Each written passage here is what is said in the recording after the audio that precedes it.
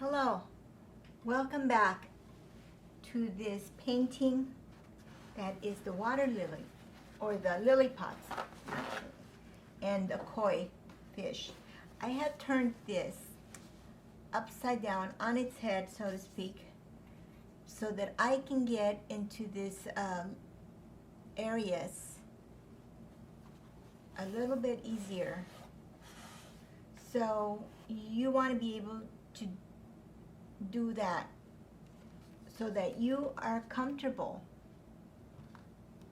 I may have to turn it this way on its side at some point. So just remember that, think about that, because sometimes we get so into the painting that we forget to make things as comfortable as possible for us. Now, I want to show you how I went about doing this. I did have the sketch of the design on the white canvas. I didn't have to gesso it. It was already gessoed from the store. So the other thing I did was I have right here about half a dozen brushes in various sizes, and oh, here's the other one. It's a round brush, synthetic. So this is a larger one, a size 12, and it's what I'm using now for the background. Okay, now I am going to paint a lily pod. I went a little ahead before I started from the beginning to show you, because I do want to be able to finish this painting in one day. So that's why I kind of went ahead and started painting it. So I am going to paint a lily pad right here, which is behind that, the flower. So there's the leaf, and that's what I'm going to paint right now. Okay, so I mixed my light yellow, cat light yellow, and I added I mixed that with the ultramarine blue to give me that green. Since I'm doing alla prima, I just mix my paints. Usually I try to mix them ahead of time.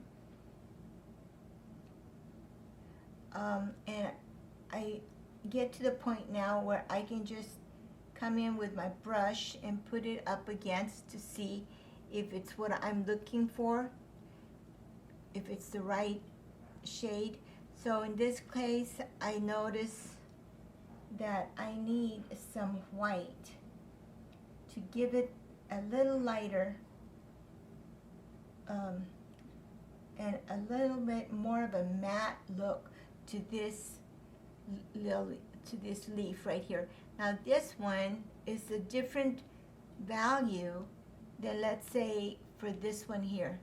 Not only the value, but also the saturation of color. This has quite more pigment in it, more saturated. This one has a little more, it's like a tint.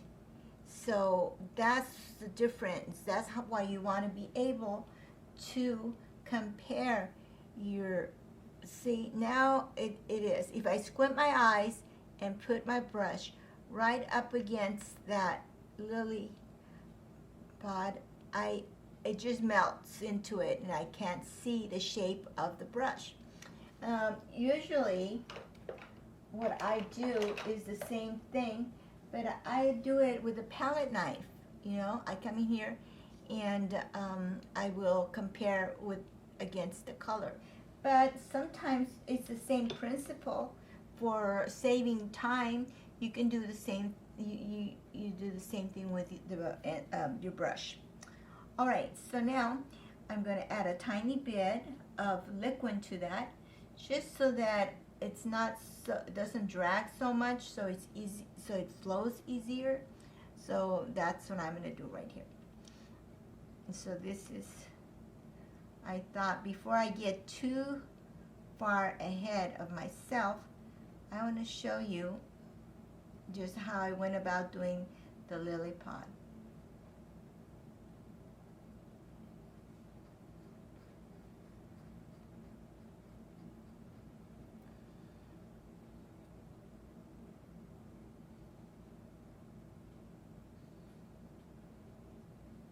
And this got a little drippy, so I'm just going to go like this.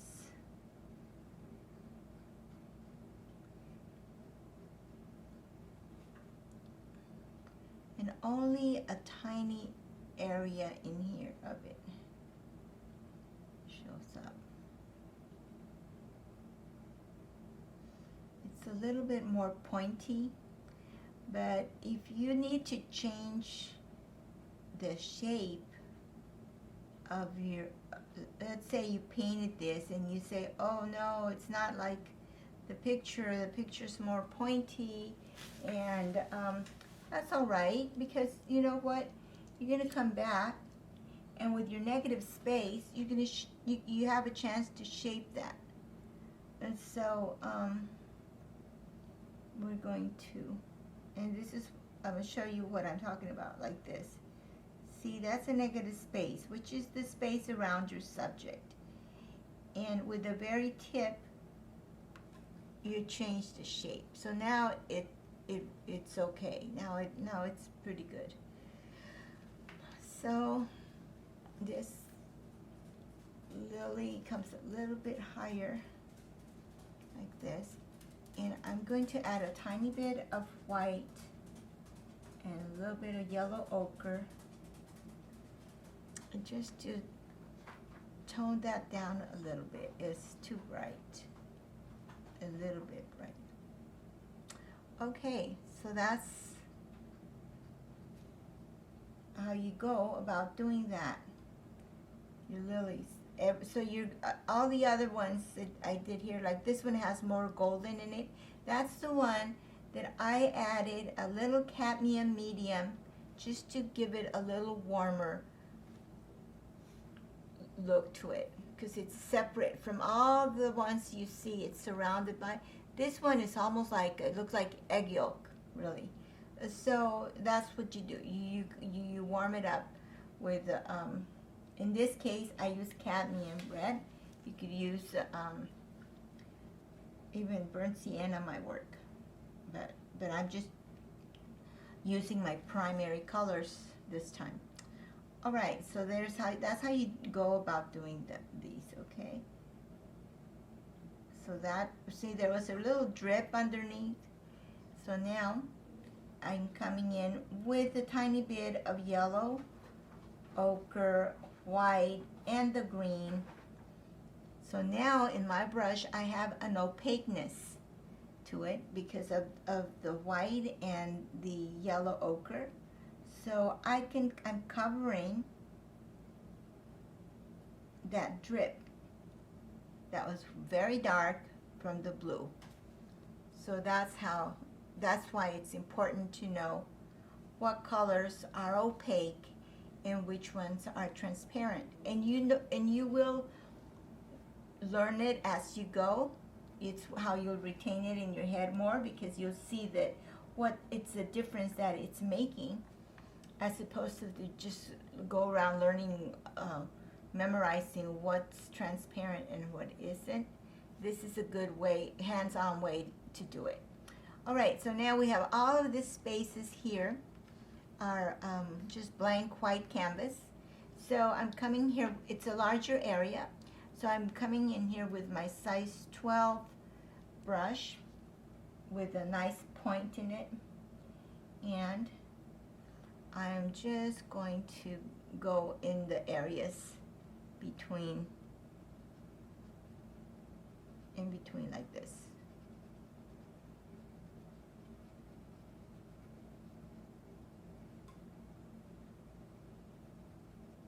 So right now I would say that my objective at this stage is to cover the white canvas.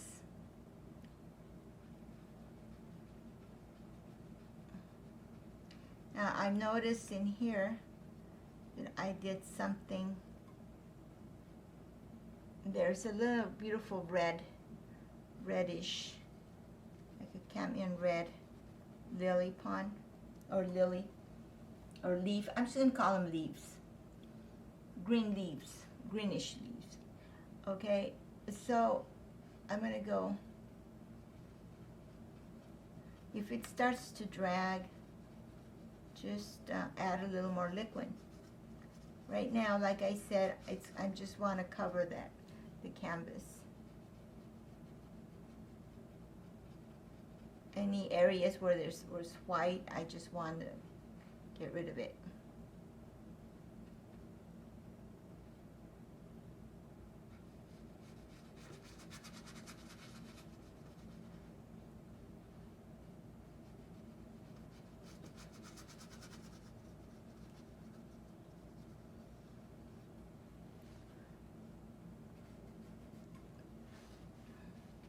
And just dip in there.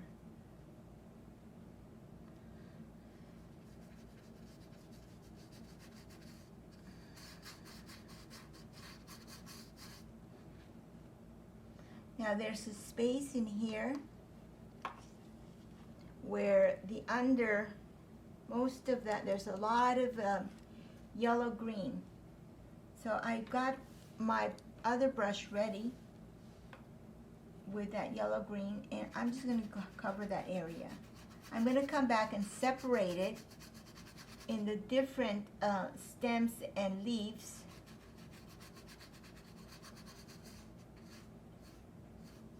But for now,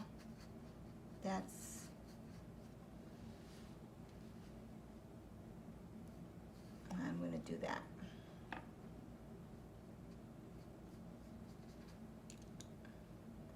I noticed this area here, that's pretty, that's got like, I would call that like, it's like raw umber, is what it is.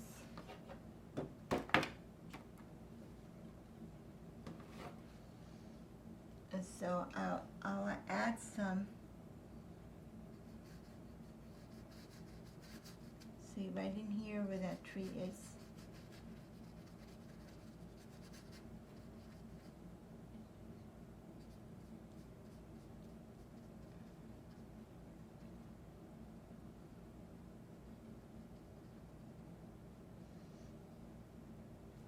There's this leaf right here.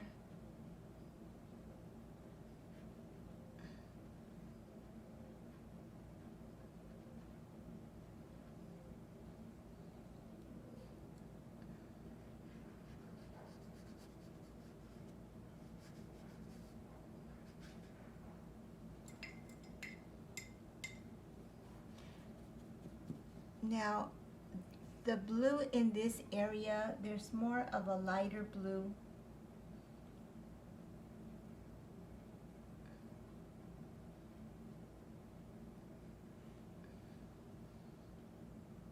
Yep, that's it. So I'm going to add a little liquid to it so that I can move it around a little easier.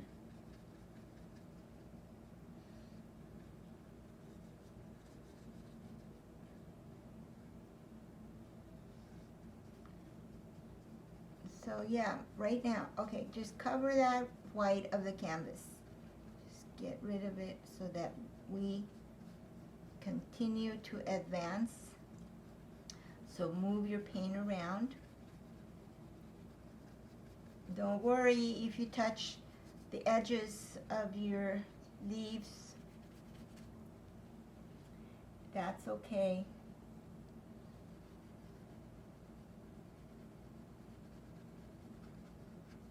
We will come back and sharpen them if we have to. sharpen the edges if we need to, but we may not need to since these are way back.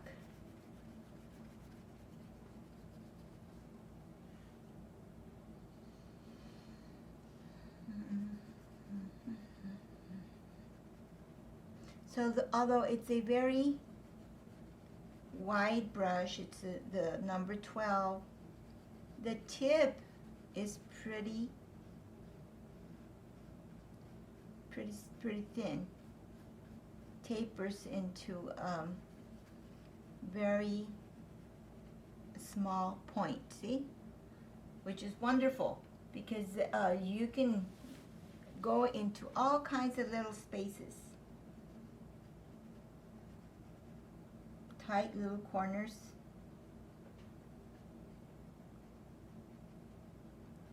And then if you need to go into a wider area, you can do that too, see, like this.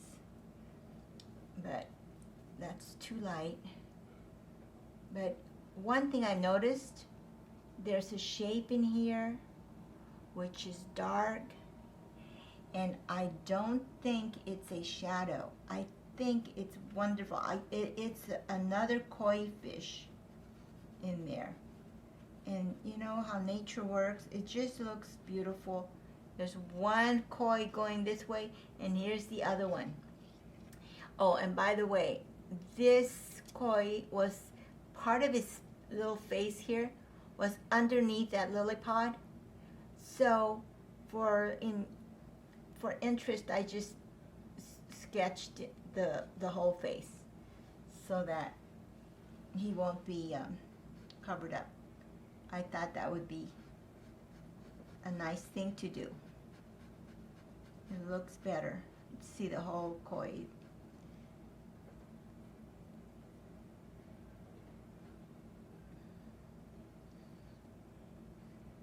So now we're going to have two, this darker one here and this one. And I'll show you how to mix the colors for that.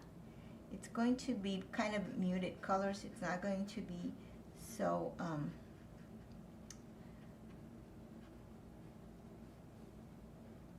so obvious because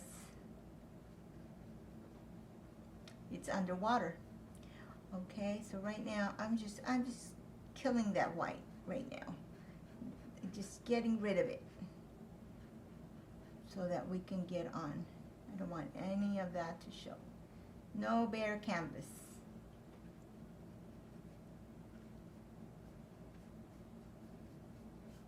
Just do it.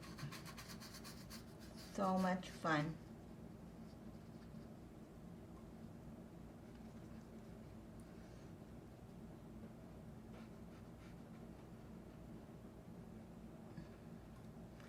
Alright, so my fish, then my dark fish I'm going to do. See, right here it ends. It's going to be around right there. It coincides with that corner right there between these two leaves. Okay, that's where it starts. See that dark? Then if you come directly, again the tail would be between these two leaves here.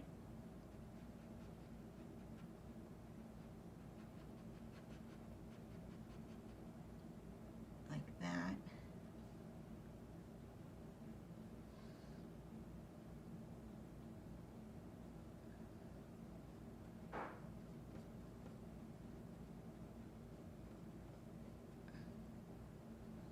And this one is, even since it's further back, it's just going to, hopefully in our brain, it's just going to read as